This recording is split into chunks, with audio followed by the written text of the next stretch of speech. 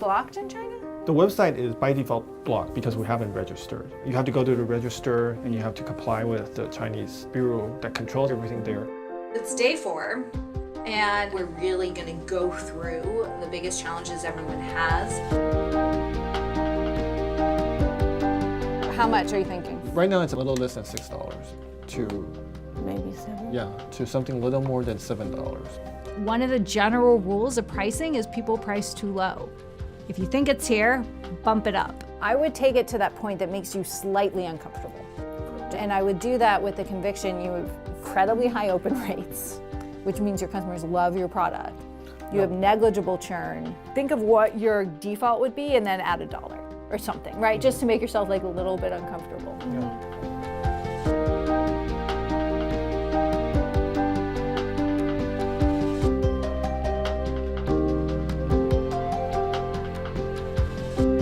I feel like you should go out with a more expensive, more premium kind of subscription.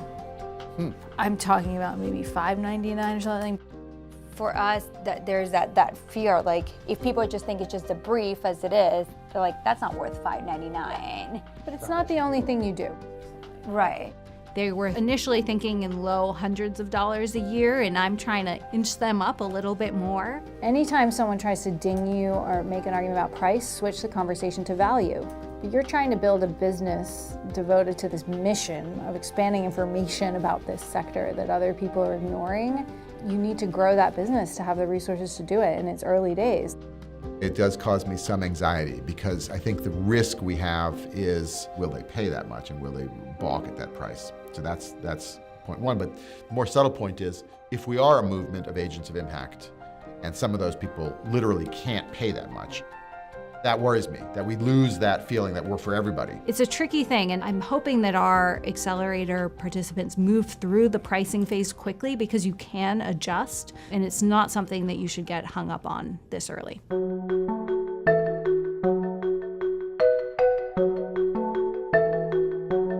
I saw the Neiman thing. Yeah. Congrats. Thank you. What does that mean for this? I'm going to leave in February and stay there through the first week of April. What I'm hoping is building out the website, really honing it, writing a couple days a week, and then by the time I'm back in mid-April, to have everything ready. Look, what I would just say is anything you want to do, partnerships, events, hiring people, working with people even on a part-time basis on other things, 1,000 times harder if you don't have something out there. You will feel a lot better sort of summer time frame with having like something under your belt, and then you can really use like the back half of the year to like drive it. Yeah.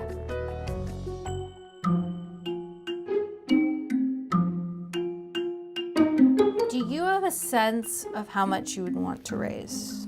Between $500,000 for growth and with the money we'd like to raise, we should improve the platform we're going to build and look for other markets. They talk a lot about a platform, and I think what they mean by that is easier technology, easier things like signups and promotions and offers and group subscriptions and being able to operate multiple newsletters and multiple different geographies.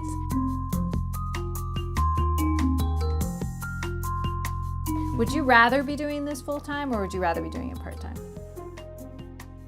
No, I'd love to do it full-time. Yeah. Just checking. the main challenge here is look at fundraising outside the Italian market. Yeah. Venture capital investment in Italy last year was $0.1 billion compared to 1.2 in Sweden. And they don't invest in media because they have decided that they don't.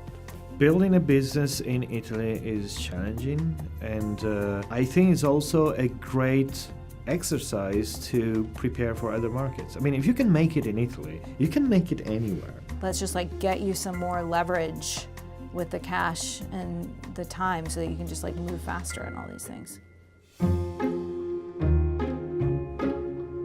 Every now and then these producers who are like tech investors also will say, so are you thinking about raising money or taking on investment? And my answer so far is I haven't had time to think about that yet, which is the truth. But I mean, do I want to raise money? How do I want to think about how I grow this? Do you think? If you had $1 million in the bank right now, what would you do differently? I would hire a production assistant, 2 writers, and someone to handle the business part. The other thing about investors is they're going to want an exit, right? Is that always the? Ultimately, I mean, definitely not tomorrow, right? But you're going to have a sense for yourself on, is this a business you want to sell? Is this a business you just want to like? As far as I'm concerned, this is the thing that'll take me to retirement. So, Yep. So. Me too. A world where you own this thing entirely and don't have anyone who you're accountable to is a better world. That's a happy outcome for me. Try like to really just focus on building revenue and see how you feel in 3 months on the fundraising. Yeah. Well, I have really been looking forward to this panel with Satya and Tim because these are 2 awesome investors and entrepreneurs, and we're super lucky to have them. We want to be ambitious here, and everyone knows that capital can help be ambitious and be ambitious faster, and so a lot of people have a lot of questions around those strategies. We're all small businesses, and I am my entire business, and the biggest asset that I have is my time.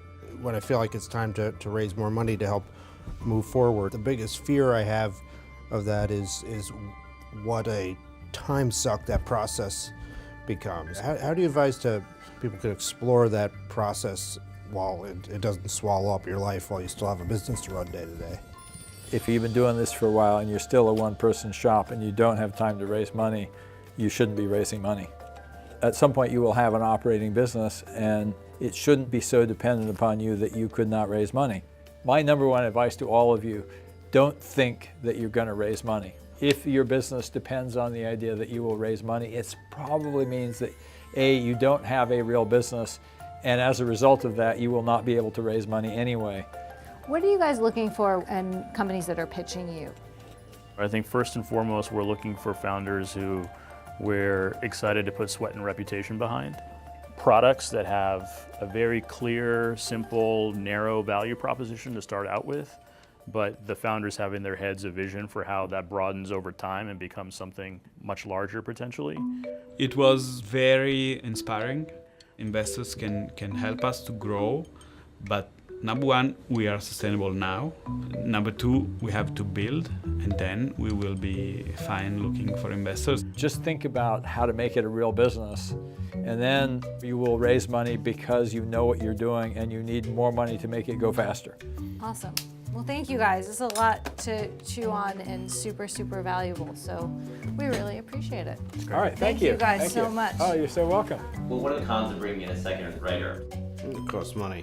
You know, I only have so much of a revenue stream, not enough to hire a second person. I kind of just scrape by on what we're doing, but with the family support and all that. So, you know, tomorrow I'm not.